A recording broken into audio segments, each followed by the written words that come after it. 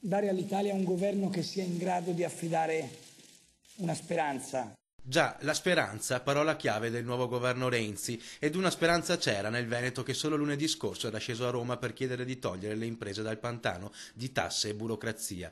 Un occhio di riguardo per la locomotiva del Nord-Est, un nome che rappresentasse la regione, un nome che non c'è nella lista dei 16 ministri del Renzi 1. È un fatto secondo me molto negativo, perché sono convinto che una regione come il Veneto, che dà molto all'Italia in termini di imposte, debba avere anche una rappresentanza migliore di quella che ha avuto fino ad oggi. La locomotiva ora diventa periferia dell'impero, questo è il commento degli artigiani trevigiani. Purtroppo noi siamo una terra di periferia, noi sappiamo che il PD non è molto forte qui da noi, quindi si va a pagare con regioni che hanno una realtà, una rappresentanza all'interno del PD, come sta nella logica dei partiti.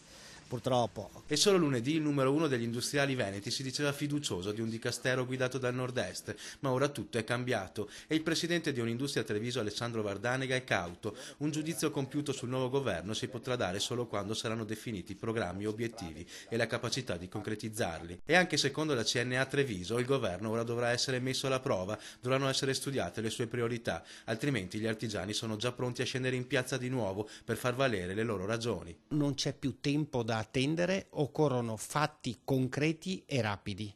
Se questi non dovessero venire, dovremmo pensare di promuovere delle mobilitazioni ancora più forti rispetto a quelle che abbiamo fatto martedì 18 a Roma.